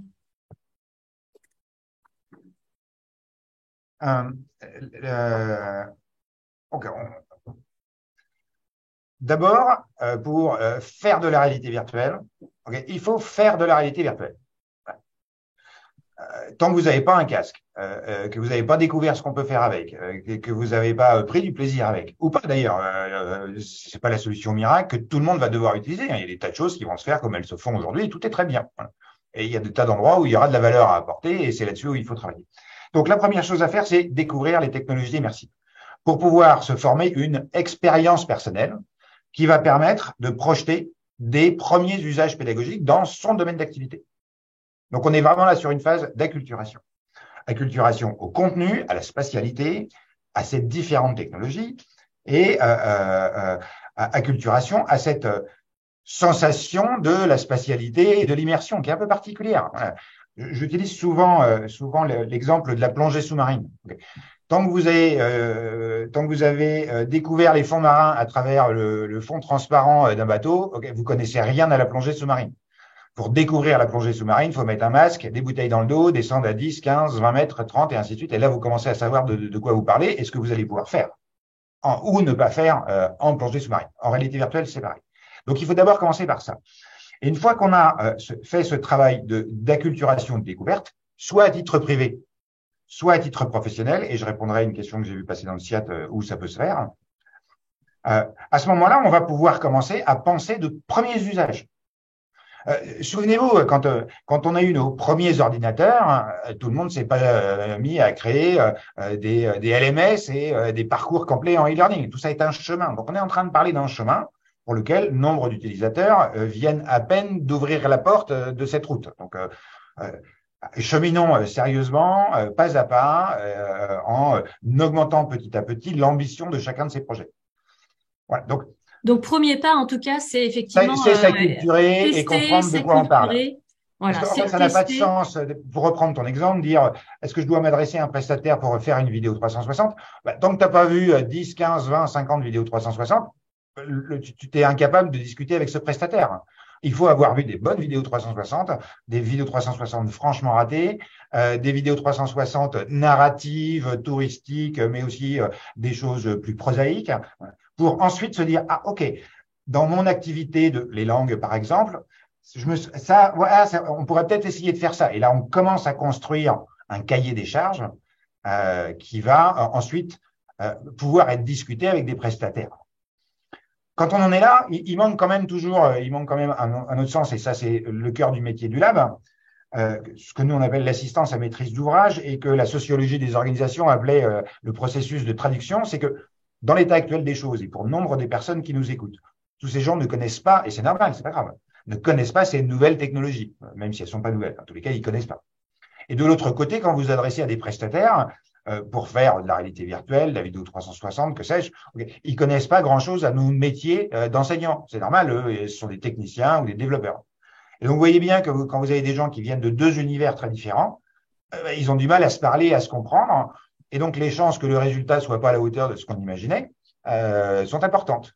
Donc, à ce moment-là, entre les gens qui ne connaissent rien à la pédagogie et les gens qui ne connaissent rien à la pédagogie, eh bien, il faut un profil de traducteur, le chaînon manquant, qui lui connaît la pédagogie et la technologie pour faire ce travail de traduction et d'aiguillon vers une qualité pédagogique nécessaire. Donc ça, c'est mon deuxième conseil. Faites appel à des projets, à des professionnels pour être l'assistance à maîtrise d'ouvrage de vos sujets pour que ça soit qualitatif. Et là, on raisonne sur des prestataires qui sont des gens sérieux. Hein, et comme le métavers, ça fait apparaître beaucoup de prestataires, vous voyez, voilà, il vaut mieux, comme toujours en fait, quand on ne connaît pas un domaine, il vaut mieux s'adresser à des professionnels sérieux du domaine pour avoir les bons conseils, pour prendre les bonnes décisions au bon moment. Et ensuite, Il y avait juste la question également effectivement, est-ce que chaque organisme de formation doit développer ses propres supports ou est-ce que on peut justement envisager d'avoir voilà des supports qui soient peut-être mis à disposition, communs. On en est où en France sur cette question? Je sais en pas France et à si. l'étranger, vous voyez, on a des questions sur l'anglais. Il y a une quantité phénoménale de contenus qui sont évidemment en anglais, qui sont un matériel pédagogique formidable pour apprendre l'anglais. Donc, la question de savoir si ce qui est en France est une partie du problème. Pour répondre précisément à la question, sur des sujets transverses, il y a plein de produits dits étagères, donc qu'on peut utiliser tout de suite. Incendie, sécurité, santé, prise de parole en public, voilà. Il y a déjà, voilà, sur les sujets qui sont très transverses, aussi ce qu'on appelle les risques psychosociaux, c'est-à-dire prévention des violences à l'école, prévention des violences faites aux femmes, harcèlement, sexisme, voilà.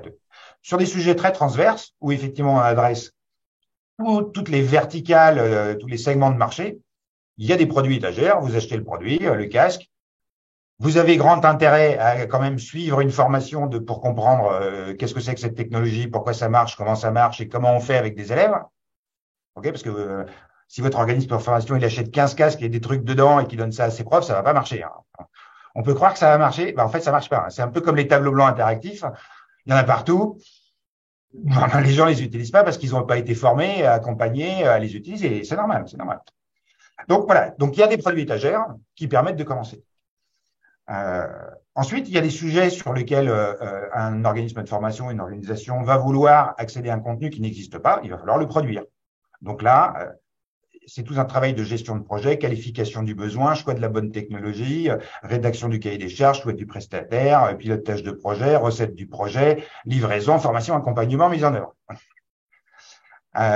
Et combien ça coûte, j'ai vu passer, je sais pas, ça dépend du projet, de la technologie. De l'ampleur du projet, oui, tout à fait. Ça coûte entre 5 et 500 000 euros. Ou plus que ça pour un simulateur de vol. Hein. On peut rajouter ça dépendra effectivement de l'ampleur et des besoins de ce projet. Il y avait des questions aussi troisième élément de réponse, pardon Sylvie, mais troisième élément de réponse, parce qu'en plus, je vais faire une boucle avec la thématique de cette conversation qui est le métatruc. Il commence à exister. Et pour le coup, c'est un projet que nous allons développer parce que c'est une formidable solution pour l'enseignement à distance. J'imagine que tous les gens de l'assistance connaissent, parce qu'ils doivent les utiliser, ce qu'on va appeler les LMS, okay, Moodle et autres logiciels auteurs qui permettent de produire des séquences pédagogiques avec un outillage qui est disponible. C'est-à-dire exclusivement se focaliser sur le contenu et pas sur les outils, même s'il faut maîtriser l'outil en question. En tous les cas, voilà, on n'a pas besoin de réinventer la roue de comment je vais connecter des gens dans un univers virtuel. Ça, c'est de la mécanique. Et c'est pas le sujet. Donc, il commence à exister ce qu'on va appeler des logiciels auteurs en réalité virtuelle, collective, où vous avez, pour faire simple, une bibliothèque d'environnement très diverses pour donner un cadre, une contextualisation à votre activité. Vous faites de l'histoire, vous allez choisir Stone Age, un cirque romain, que sais-je. Donc, mais aussi de la, enfin, vous voyez, plein d'environnements différents. Vous avez une bibliothèque de plein d'objets 3D très différents qui correspondent à ces contextes pour venir meubler votre environnement virtuel. Vous avez des outils de pilotage de session, parce que tout le monde parle du métaverse, mais personne ne se pose la question de, OK, je suis un enseignant, je suis dans un univers virtuel avec mon casque, et là, j'ai 15 mômes adultes qui déboulent dans un univers virtuel dans lequel ils peuvent faire plein de trucs super rigolos. Je peux vous dire que l'organisation de l'activité pédagogique dans la vraie vie virtuelle, c'est un savoir-faire. Ça va pas se passer du tout comme vous avez prévu. Donc là, il y a des outils de contrôle de session. J'assois tout le monde, je coupe les micros de tout le monde, je peux téléporter tout le monde à un endroit où je veux amener les gens parce que c'est là où ça va se passer. Je peux afficher des post-it, je peux afficher des vidéos flat sur un écran virtuel, je peux afficher un PowerPoint parce que de temps en temps, ça peut avoir un intérêt. Voilà. Donc, un ensemble d'outils qui vont permettre d'organiser une session. Voire, pour ceux qui seront plus agiles, un éditeur de scénarios qui vont permettre de construire des activités pédagogiques un peu complexes avec des enchaînements divers et variés. Donc, en fait, un ensemble d'outils qui me permettent ensuite de penser et réaliser une activité de formation ou d'éducation dans un univers virtuel, sans avoir rien à développer. Okay. Donc, pour le métaverse à vocation pédagogique, moi, je préférais qu'on parle d'environnement virtuel de travail en opposition aux environnements numériques de travail que tout le monde connaît. Voilà. Donc, dans des environnements virtuels de travail, on va avoir cette possibilité. Et on a bien là, et j'en termine après, désolé, je suis bavard, mais on a bien là, on vient de tracer les cas d'usage très différents, les situations d'usage très différentes qui se présentent à nous avec les technologies immersives. Je suis avec mes élèves, j'ai des casques, et ils font chacun une expérience individuelle dans le casque. Et puis ensuite, on en discute. Voilà, c'est un module d'enrichissement ou de contextualisation. On a la possibilité d'emmener un groupe d'élèves qui sont dans le même espace, dans un environnement virtuel, de transmuter le réel pour avoir une activité pédagogique collective. Et puis, on a la possibilité de faire des expériences virtuelles sur des plateformes qui sont à distance en étant seul. Okay, et on a la possibilité de rejoindre un enseignant dans une classe virtuelle, voilà, dans un environnement d'apprentissage, en étant seul chez soi et en utilisant le casque pour. Donc en fait, on a bien ces 4 situations d'apprentissage qui permettent de répondre à des besoins qui sont très différents. Et c'est tout ça que les formateurs et les enseignants doivent appréhender, apprendre, pour ensuite choisir la bonne technologie et le bon usage pour faire ce qu'ils ont à faire. Alors justement, dans le chat, il y avait des personnes qui posaient la question effectivement de savoir comment faire en sorte de pouvoir justement tester ces lunettes ou ces casques de réalité virtuelle. Je ne sais pas si en Bretagne il y a des lieux spécifiquement dédiés à ça. Il y a une personne dans le chat qui parle des Fab Labs. Je ne sais pas s'il y a d'autres pistes que vous pourriez me donner, Guillaume Moreau ou Nicolas Dupin. Guillaume? De mémoire, il y a un centre immersif à Rennes, mais il y a surtout, pour ceux qui connaissent, il y a Clarté qui est installé à Laval, qui est un centre de ressources technologiques en réalité virtuelle, alors qui n'est pas spécialisé en formation, mais qui est spécialisé en réalité virtuelle. Ils ont développé évidemment des applications de formation, alors des choses qui peuvent vous paraître assez basiques, mais aux formations typiquement de gestes de soudure, de peinture au pistolet. Voilà, il y a un enjeu dans la peinture au pistolet, c'est pas si anodin que ça en a l'air. Il s'agit de déposer une épaisseur de peinture qui est à peu près constante, ni trop parce que c'est trop cher, ni pas assez parce que votre voiture elle va avoir une drôle de tête assez rapidement, surtout en environnement salé comme ici. Autrement, j'imagine que chez Nicolas, des casques, il y en a plein partout. Chez nous, il y en a partout aussi. Voilà. toujours plaisir à recevoir les gens, à montrer des choses. Enfin, je pense qu'on est tous fiers de ce qu'on fait d'une manière ou d'une autre. Mais des lieux comme ça, un Fab Lab, ça me paraît pas forcément une super idée parce que c'est juste un casque avec peut-être les logiciels qu'il y a dessus. Et puis, bah, voilà. Sinon, autant aller au supermarché. Il y en a plein à la Fnac, des casques. Ou chez Boulanger. Enfin, donc, ce qui est intéressant, c'est pas le casque en tant que moyen d'accès, c'est l'application qu'il y a dedans. C'est les contenus, oui. Et donc ça, bah, c'est nous qui les développons. Alors nous, on fait absolument pas de surétagère par définition. On développe des trucs qui rentrent pas dans les cases. C'est notre boulot de chercheur. Et donc on a des surcoûts de développement. On fait des applications de mauvaise qualité parce qu'on teste d'autres choses. Donc on ne verra pas des choses finies chez nous, mais quand même. Voilà. Mais il y a possibilité de vous contacter pour pouvoir effectivement tester des choses. Nicolas, de votre côté? Alors, nous, France Immersive Learning a créé l'Immersive Learning Lab, dit I2L pour les intimes, voire le lab, parce que sinon ça fait trop de mots et après les gens se mélangent. Spécifiquement dans cette perspective-là, créer un lieu où tout est accessible et où les professionnels de la transmission peuvent venir s'acculturer, apprendre et ensuite être accompagnés pour produire. C'est fondamentalement la racine de la création du lab et de l'association France Immersive Learning. Et ça date en ce qui concerne ma démarche, puisque je suis à l'origine de cette démarche, ça date de 2017. Vous voyez, ça fait quand même quelques temps. C'est bien que on commence aujourd'hui à avoir effectivement ces marques d'intérêt.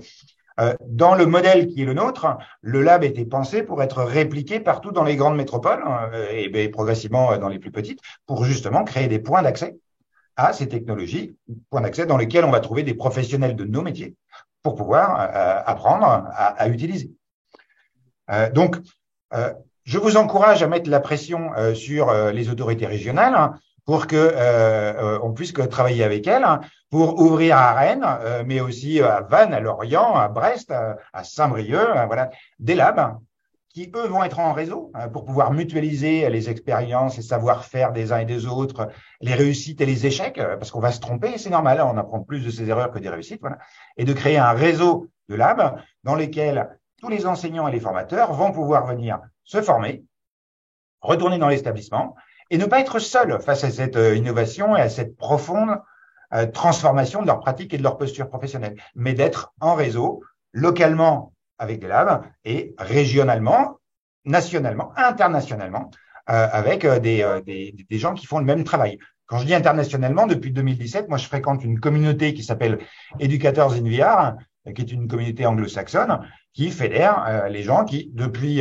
pour ce que je la fréquente 2017, expérimentent l'usage de ces technologies avec des apprenants de tous âges. Et je reviens de Djerba, où j'ai proposé à tous nos amis francophones, lors du sommet de la francophonie, de créer Francophonie en VR, pour qu'on puisse effectivement mailler nos territoires de ces nécessaires lieux d'accès à ces technologies, à ces expériences, de ces nécessaires endroits d'apprentissage, d'accompagnement et de création de communautés d'usage, pour que on commence effectivement à se saisir de l'opportunité, des opportunités formidables qu'apportent ces technologies.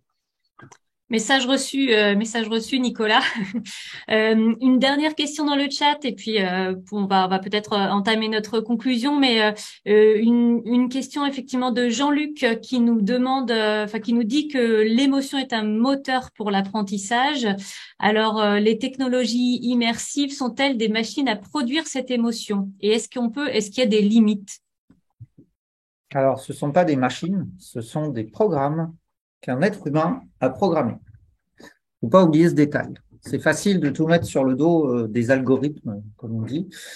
J'ai horreur de cette exception-là. C'est quand même des gens qui ont programmé des choses. Oui, elles produisent des émotions. Oui, la réalité virtuelle peut changer les comportements, mais les livres aussi, le gars d'en face aussi, la bande dessinée aussi, le cinéma aussi, c'est même leur métier principal, enfin leur objectif principal. Donc, heureusement que ça peut produire des émotions. Il y a un petit côté anthropomorphe. Et ces émotions, elles modifient nos comportements. C'est leur, on va dire, sinon leur raison d'être, du moins ça. Aujourd'hui, il y a des limites. C'est clair. Ok, on peut changer le comportement de quelqu'un. On est capable de monter des expériences en réalité virtuelle qui rendent qui diminuent les préjugés racistes de quelqu'un. Ça marche à court terme. Bon, à moyen terme, on manque un peu d'études longitudinales pour en être certain. Donc, on peut évidemment se poser la question symétrique. Est-ce que je peux rendre quelqu'un plus raciste? Probablement. Mais moi, si je vais proposer à mon comité d'éthique de faire ce genre de manip, je vous laisse imaginer ce qu'il va me dire. Monsieur chef, est-ce que je peux aller rendre des gens racistes? Non, ça va pas marcher. Donc, les limites, on se les est un petit peu fixées aussi dans nos capacités d'étude. Après, il faut aussi faire confiance au bon sens citoyen. On peut espérer qu'il existe. Et Nicolas, toucher les émotions, c'est un petit peu aussi les principes de la formation? En plus. Bien d'accord. Et après, pour répondre pleinement à la question, est-ce qu'il y a des limites alors déjà, il y a des trucs super chiants, en fait. Quand c'est chiant en réalité virtuelle, c'est chiant comme dans la réalité, en fait. Donc, quand c'est raté, hein. Donc, le niveau d'émotion, il est zéro, quoi. Donc, c'est pour ça qu'il faut faire les choses bien et s'adresser à des professionnels qui savent comment on fait les choses bien pour que ça soit chouette, voilà, et que ça produise une émotion positive. Après, il y a, comme sont quand même des technologies qui sont assez puissantes. Tout le monde, enfin, beaucoup commencent toujours ou découvrent ou s'amusent à découvrir cette expérience où vous êtes dans un ascenseur virtuel et les portes s'ouvrent, vous êtes au 80e étage et vous marchez sur une planche virtuelle. Voilà, il y a des gens qui réagissent très bien et des gens qui se mettent à quatre pattes parce qu'ils ont peur. Voilà. Ça impacte le cerveau. Donc, il y a un enjeu d'éthique professionnelle à pas faire juste n'importe quoi. Voilà. Mais d'où la difficulté avec le buzzword qui crée plein de gens qui se mettent à faire des trucs alors qu'ils y connaissent rien. Donc, on va quand même faire les choses un petit peu sérieusement. Guillaume représente là la filière d'excellence en matière de recherche française qui, depuis le début du siècle, est une des meilleures filières dans le monde et a parfaitement décrypté, formalisé tous les enjeux, les impacts, les risques. Enfin voilà, tout ça est très documenté, donc ça fait partie aussi d'une nécessaire culture individuelle de s'appuyer sur l'expérience des uns et des précédents pour faire des choses correctement. Et puis, j'en ai parlé assez régulièrement, mais je vais le dire différemment. Pour faire de la réalité virtuelle avec des apprenants, avec des gens, c'est un travail de médiation. Ce travail de médiation doit relever d'une pratique professionnelle. Il faut professionnaliser sa pratique de médiation pour garantir aux gens que l'on reçoit une expérience de qualité, qu'elle soit ludique ou qu'elle soit de formation. On va pas attaquer le sujet de l'hygiène, qui est un énorme sujet quand même. On va pas rentrer dedans. Il y a, par exemple, un casque de réalité virtuelle, il doit pas être mis va comme je te pousse, comme on faisait avant et comme on recommence à faire aujourd'hui. Voilà, il y a un minimum d'hygiène à avoir. Ça fait partie d'un savoir-faire métier. Il y a des questionnements qu'il faut poser aux gens, avec toute la délicatesse et la distance, le respect des personnes. Voilà, mais par exemple, si vous avez affaire à des gens qui ont le mal de mer ou le mal des transports, et là je vais répondre à une question qu'en général on nous pose et qu'on va la régler avant même qu'on nous l'ait posée, si vous avez affaire à des gens qui sont malades dans la vraie vie, ils vont être malades dans la virtualité. Donc, aux gens qui ont le mal des transports, on ne va pas leur faire une expérience dont on sait, nous, professionnels, qu'elle va les rendre malades parce qu'elle ressemble à la situation dans laquelle ils sont inconfortables dans la vraie vie. Si vous avez affaire à des gens qui prennent pour des raisons qui leur sont très personnelles, et là on a un peu une délicatesse, mais ça s'apprend aussi, qui ont des traitements médicamenteux qui sont très forts, ou des gens qui sont épileptiques ou sujets à des crises d'épilepsie. C'est bien aussi d'avoir un minimum d'informations et à défaut d'avoir d'informations, d'être prêt à réagir à des situations qu'on n'aurait pas bien anticipées quand on ne sait pas de quoi on parle. Voilà, pour être prêt à avoir les bons gestes si quelque chose se passe. Ça arrive rarement, mais ça peut. Voilà. Donc, il y a une nécessité à apprendre à proposer aux gens des expériences immersives de qualité. Et ça, c'est pas un nouveau métier. Ce sont des habilités professionnelles qui ne peuvent pas s'inventer et qu'il faut apprendre. D'accord. Bon, effectivement, c'est un message qu'on a, je pense, bien fait passer effectivement dans cette conférence. Effectivement, intégrer les technologies immersives dans sa pratique, effectivement, c'est voilà, il faut aussi se former, il faut appréhender ces technologies et il faut se former. Je vois qu'il est 15h30, donc je vais maintenant conclure cette conférence. Simplement, je voulais quand même redire que dans le chat, Mathieu Cornec, voilà, vous invite à découvrir les nombreuses applications de réalité virtuelle dont il dispose au CFA BTP d'Ille-et-Vilaine. Donc, merci beaucoup Mathieu pour cette proposition.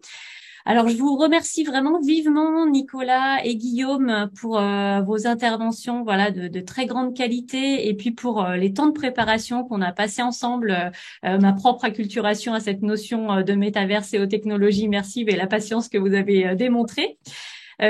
J'espère que vous avez passé un bon moment tous avec nous sur cette conférence. J'espère également que ces échanges vous inspirent et que cela vous donne envie d'aller plus loin sur des sujets liés à la formation.